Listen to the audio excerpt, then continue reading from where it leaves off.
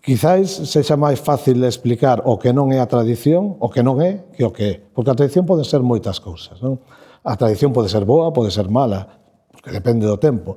Tradición é a ablación. Tradición son as touradas, era a corrida do galo, non? Tradición tamén era os coidados, determinadas estruturas ou usos comunitarios de solidaridade mecánica dentro das comunidades agrarias, todo eso é tradición. Pero se algo non é a tradición, é estática. A veces non entendemos moi ben o concepto de patrimonio inmaterial. O patrimonio inmaterial son uns usos, saberes compartidos por unha colectividade, transmitidos de xeración tras xeración e que están vivos. Porque se non están vivos, non é patrimonio inmaterial, non é tradición. É un fósil. E os fósiles póñense nos museos. Porque están vivos, porque hubo un revival dos serán, foliadas, fiadeiros, porque adáptanse ás novas circunstancias e cumplen novas funcións, non? O sea, xa non é necesario esperar o tempo invernal de defuntos ou martes de entroido para facer un serán, xa non hai que facelo nunha corte, non? Hoxe en día adáptase ás novas circunstancias, pero sigue conservando esa estrutura interna, ese fin último que era facilitar espazos de socialización, de endoculturación, a través da diversión, da música, o baile, o canto e outras prácticas da tradición oral, non? E iso é importante, o fondo, máis alá da estética. Se nos dixéramos, non, para facer un serán de verdade, tradicional, tens que facelo nunha pendella ou nunha corte, con faróis de carburo, tocando unha lata, e só nos xoves e os domingos do tempo invernal, e con rapazas do lugar e mozos que podan vir das parroquias limítrofes, non seguiría vivo porque xa non se adaptaría ás circunstancias. A tradición é ese legado, ese tesoro, ese conxunto de saberes, de prácticas e de usos que herdamos dende o pasado que nos permitiron sobrevivir e adaptarnos ao mundo e que a súa vez se ven condicionados pola contorna na que vimos para seguir modificándose e sendo útiles á sociedade para poder seguir sendo transmitidos xeración tras xeración. E iso implica creatividade e é colectiva. Moitas veces somos reacios a determinadas prácticas de innovación dentro da tradición, pero que a innovación o que mantén viva a tradición. O contrario á tradición é o estático. A tradición é un saber milenario, moitas veces, propio das comunidades humanas. E cada comunidade ten os seus saberes. Non quere decir que sexan nin mellor, nin peor que outros, ou que non existan conexións, non? Pero é a comunidade aportadora, iso é importante. E dentro da comunidade pode haber individuos con maior capacidade creativa que teñen impacto no desenvolvemento desa tradición. Por lo tanto, a tradición non é unha cuestión que teña unha propiedade intelectual en términos economicistas ou capitalistas. Nin siquiera entraría en xogo o concepto de propiedade, sería máis o concepto de usufruto, de uso. Ti herdas o dereito a usar, a consumir ese paquete ideolóxico, ese sistema simbólico de comunicación que é a túa cultura. Forma parte da colectividade. Entón, tes o dereito de uso e a propiedade, por decirlo de alguna forma, é colectiva, porque os conceptos de propiedade individual ou pública nacen col liberalismo e non son operativos neste tipo de cuestións. E non hai autores materiais dunha práctica ritual porque é a propia colectividade e iso se perde no tempo. Pasa un pouco igual coa arte africana, non? Que non ten por que haber un autor como na arte europea que isto é obra deste. Non, forma parte non deses saberes vernáculos e esas formas de coexistir.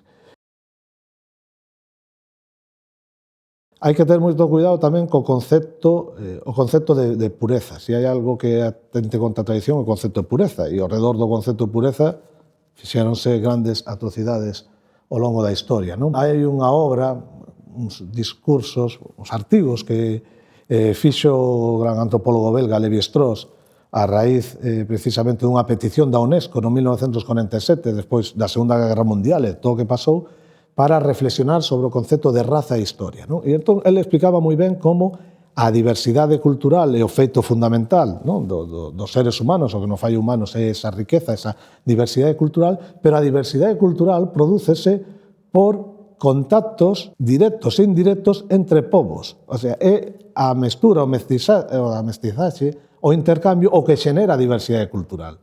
Sen ese dinamismo intercultural non hai diversidade, sin diversidade non hai seres humanos, por lo tanto, tampouco existiría a tradición. Non?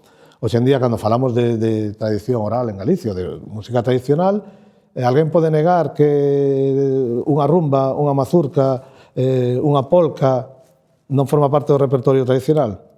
Ou un cuarteto tradicional. Que é un cuarteto tradicional? Unha formación musical que ten menos de 100 anos, porque hasta que non se estandarizou, por exemplo, o tema das afinacións e o tema das gaitas, non podían tocar dúas gaitas xuntas. Entón, vemos como a tradición é algo que foi mudando, pero para que? Para adaptarse aos termos, pero conserva parte non desa cosmovisión, dese acervo, é como un fío, non? Que te conecta co pasado, pero ese fío hai tramos que poden ser de liño, de algodón ou de material sintético de Gore-Tex, non? Como o fol da miña gaita. Volvo a insistir, non? Na importancia da comunidade de portadores, que é quen define, ademais, aquelo que debe ser conservado e aquelo que xa non cumple unha función e debe ser desbotado. Hai unha parte de creatividade, volvemos ao mesmo, a estrutura, a forma e o fondo. Eu son gaiteiro, podo tocar a muiñeira de pollo, ou podo tocar calquera muiñeira. E logo, coñecendo a estrutura da muiñeira, eu podo compoñer unha muiñeira. E se esa muiñeira é acollida pola xente e se repite, pois igual, dentro dunhas décadas, pois será coñecida e será popular. Pero é unha muiñeira, sigue a estrutura dunha forma de música tradicional. Eu podo coller a estrutura dos cantos e facer letras novas, porque os cantos se facían letras novas. A xente adaptaba as coplas ao seu lugar. Para mozas bonitas hainas en Mourente, ou hainas en Cambados, ou hainas donde queras, non? Vaise adaptando. Pero hai que entender cal é a esencia, o sea, non todo é tradicional. E máis, eu podo estar tocando a pandeireta e non estar facendo música tradicional, ou cantando en galego e non ser música tradicional. Eu entendo que igual, e hai que diferenciar unha canción ou unha cantiga que ti recolliches cunha letra e dicir, bueno, estamos cantando este tema que estaba así recollido e agora nós podemos crear pues, unha jota, unha muiñeira ou botarlle unha canta con letras novas, porque existía improvisación. Aí está a regueifa. En moitos entroidos, no rito de clausura, hai un sermón. Se eu recupero un entroido, ten sentido que eu repita o sermón do ano 1956, cando falaba do ferreiro do Pino, a señora tal, cando non existe. No, o interesante é que o sermón é unha crónica social do acontecido nesa comunidade durante o ano dende unha perspectiva satírica, entón, de quen teño que falar é deste veciño, deste, e non do que morreu hai 70 anos. Pero conservo a estrutura, conservo o fondo. Incluso moitas veces conservo a forma, non? Pero as letras mudan e iso forma parte da tradición. A forma só non fai a tradición, o que fai a tradición é o fondo. Se eu me poño a cantar aquí ai, mi amor, como te quero, con unha pandereta, pois eso non é música tradicional. Ah, pero estás tocando unha pandereta. Bueno, podía tocar, non sei, a Thermomix. Non é a forma, non? Senón que é o fondo. Pero, bueno, sempre o debate sobre o que é tradición forma parte da tradición.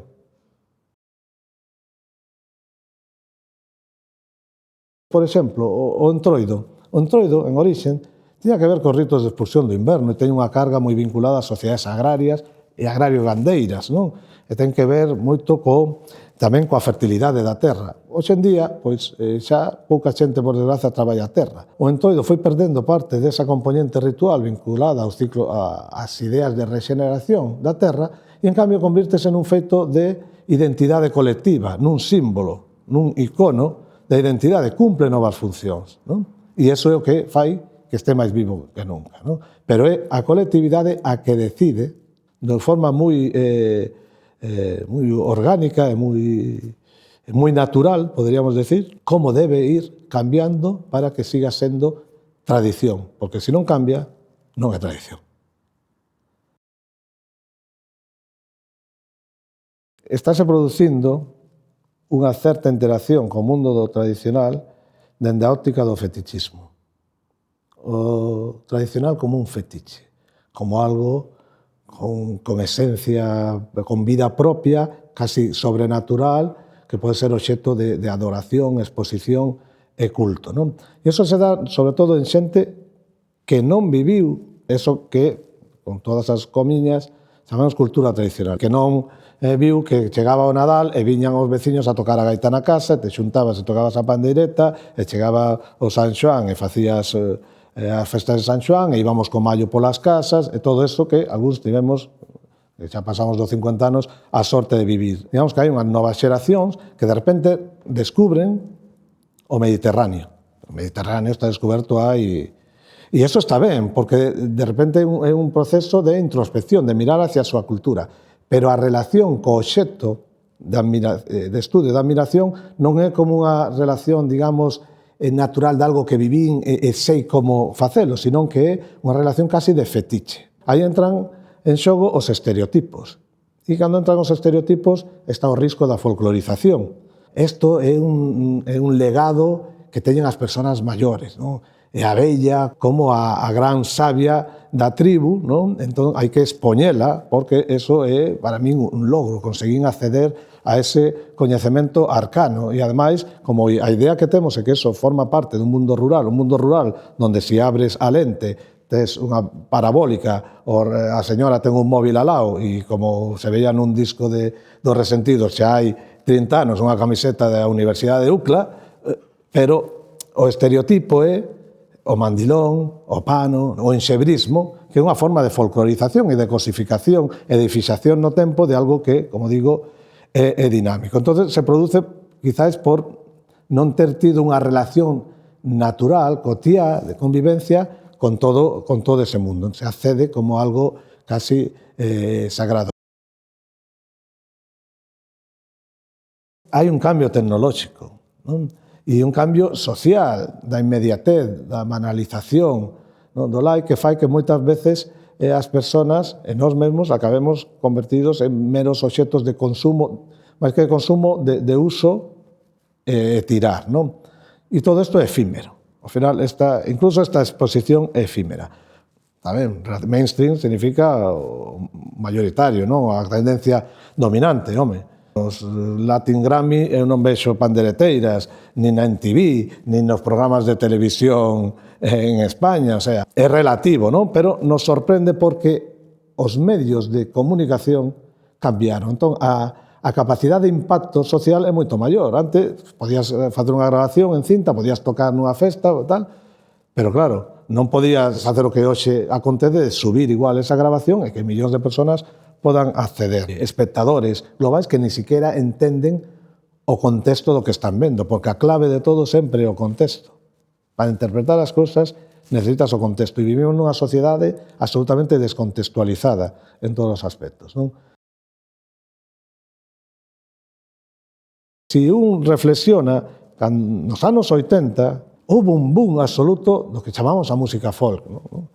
E de repente tiñas os que medramos con esa música a final dos 70, e tiñan Fuxan os ventos, e chega Milladoiro, e veías a Alan Estivell, Luarna Lubre, empezan a sair un montón de grupos, unha riqueza que non había nunca, non? E tiñas xente que estaba collendo esa música tradicional, pero interpretándoa con novos aportes tecnolóxicos. Entón, esa folía de tenorio, tocábana con un baixo de orquesta, unha batería, non? E dabanlle novas formas. E tiñas a Liam O'Flynn grabando a Foliada del Viña, tiñas grandes producións norteamericanas de cine como La Isla del Tesoro, e cando parte o barco que vai John Long Silver, protagonizado por Charlton Heston, o que soa é a Muñeira de Freixido, grabada por Carlos Núñez e os Chieftains, e tiñas a Bagá Kemper tocando Aires de Pontevedra, e Patrick Molar dando cursos de gaita en Moaña, e os escoceses empezando a facer vibratos cando os tradis de Escocia dicen, estades locos, estades imitando os galegos que vibran as notas. Entón, todo eso xa existía, e Mike Oldfield grababa temas de Luarna Lubre, non? Eso tamén era mainstream, pero claro, os medios de comunicación, o impacto non era o mesmo. E ese fenómeno desencadenou que moita xente dixe, pois vamos a facer un traballo de enxeñería inversa, é dicir, bueno, pois esta peza que está tocando este grupo coa batería tal, como soaría se quito o buzuki, quito a guitarra, quito a batería, e como tocaba a miña nai, ou como tocaba o meu avó, tal. E empeza a xurdir que xa estaba á vez, porque ti escoitabas a Brad ou a Citania, escoitabas a Muxicas e Faíscas do Chaiabre, e había... Pero todo era folk, todos éramos folkis, non? E de repente empeza a xurdir tamén esa visión, non? De intentar volver un pouco atrás a esencia máis simple de como era esa música sin todos esos aportes tecnolóxicos modernos. Bueno, pois hoxe en día estamos nun proceso igual, pasamos, no, do folky, o tradi, agora xa non son tradi, agora é neotradi. O sea, os fillos do folky son neotradis, sabes? Entón, o neotradi, que colle? Pois é como pechar o ciclo. Colla a pandeireteira, pero para que isto sexa máis tal, lle vamos a meter unhas bases rítmicas, vamos a meter unhas secuencias de psicotrans, porque isto mola un montón. Bueno, pois é o que se facía no folk. E seguimos no mesmo, claro. Para que? Para, bueno, adaptalo ao que se considera que é o mainstream, o gusto predominante hoxe en día, non? E como todo, pois, haberá xente que volva outra vez e estaremos sempre neste ciclo do eterno retorno que decía Joseph Campbell falando da mitoloxía. Non é nada novo. Que pasa? Que a veces nestes procesos, cando hai moita exposición, como é o que permite as redes hoxe en día, pois pode haber daños colaterais, pode haber víctimas polo camiño por estos procesos que antes non se daban máis incluso de cosificación das persoas, non?